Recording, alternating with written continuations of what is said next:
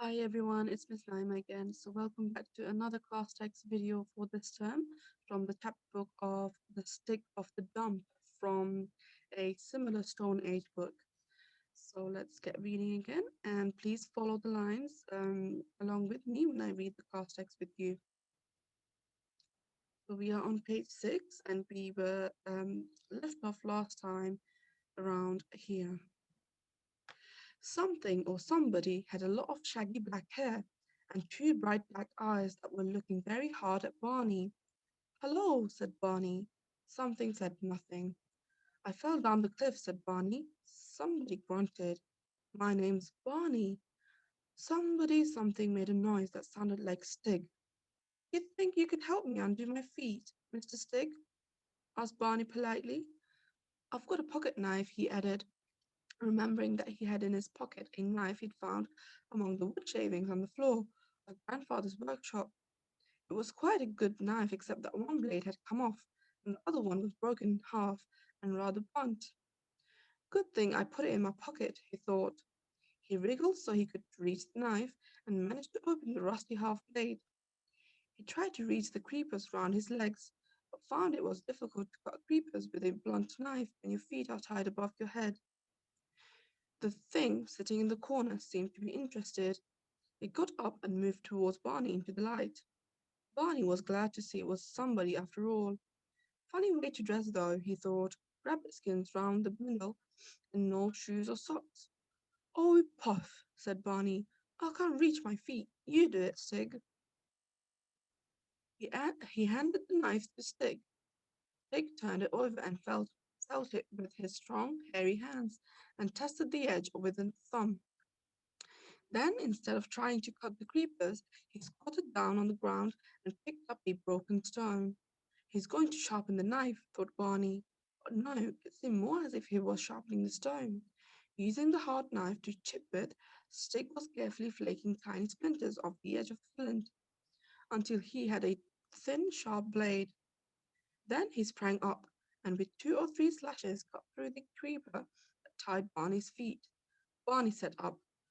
Jolly, he said. You are clever. I bet my granddad couldn't do that, and he's very good at making things. Stig grinned. Then he went to the back of the cave and hid the broken knife on a pile of rubbish. My knife, protested Barney, but Stig took no notice. Barney got up and went into the dark part of the cave. He'd never seen anything like the collection of bits and pieces, odds and ends, bric-a-brac, and old rock this Stig creature had lying about his den. So as you can see, the stick is referred to as a creature in the cave, but we haven't been told how his appearance looks like as of yet. So we'll go more into the book and we'll have a read of how this creature looks like. There were stones and bones, fossils and bottles, skins and tins, stacks of sticks, and hanks of string. There were motor car tires and hats from old scarecrows, nuts and bolts and bubbles from bus bedsteads. There was a coal scuttle full of dead electric light bulbs and a basin with rusty screws and nails in it. There was a pile of bracken and newspapers that looked as if it were used for a bed. The place looked as if it had never been given a tidy up. I wish I lived here, said Barney. Stig seemed to understand that Barney was approving of his home, and his face lit up.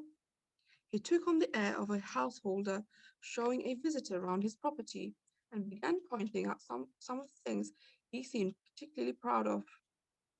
First, the plumbing, where the water dripped through a crack in the roof of the cave he had wedged the mudguard of a bicycle. The water ran along this, through the tube of a vacuum cleaner, and into a big can with writing on it. By the side of this was a plastic football carefully cut in half, and Stig dipped up some water and offered it to Barney. Barney had swallowed a mouthful before he made out the writing on the can. It said, Weed Killer. However, the water only tasted of rust and rubber. It was dark in the back of the cave.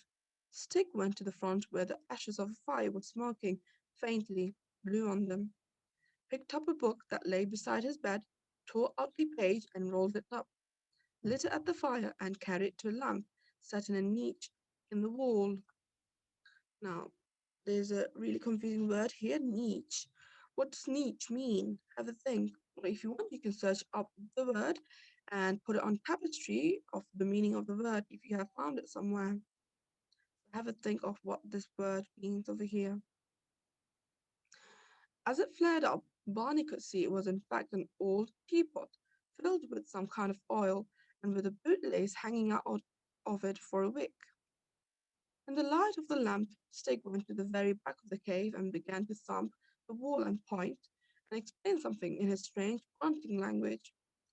Barney did not understand a word, but he recognized the tone of voice, like when grown-ups go on about. I'm thinking of tearing this down and building on here and having this done up. Stig had been digging into the wall, enlarging his cave. It was a bit of an old bed he had been using as a pick, and a baby's bath full of loose chalk to be carried away. Barney made the interested sort of noises you are supposed to make when people tell you they are going to put up plastic wallpaper with pictures of mousetraps on it.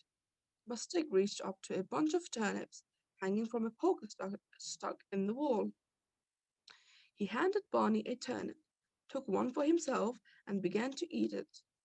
Barney sat down on a bundle of old magazines, done up with string, and munched the turnip.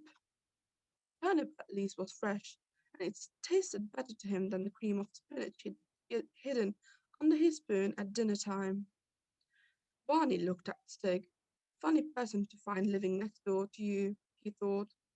Stig did not seem much bigger than himself, but he looked very strong and his hands looked cleverer than his face. But how old was he? 10? 20? 100? 1,000?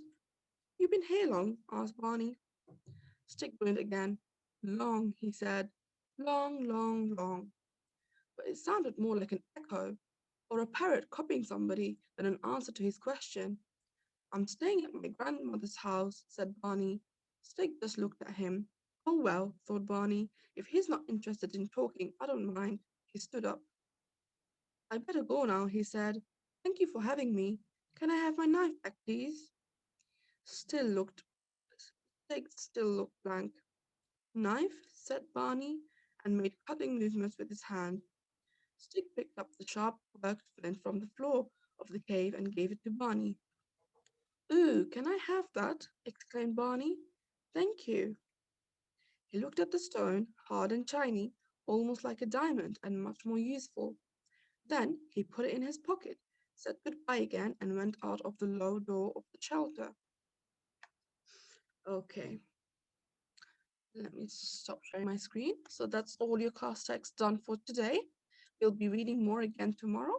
So please pause the video and read at your own pace, just to have a look if you have any confusing questions to answer or confusing words that you found really tricky to read. So you can search them up and put the answers on Tapestry after you have found the definitions for them. Thank you very much for listening today. I hope you enjoyed reading with me. Bye.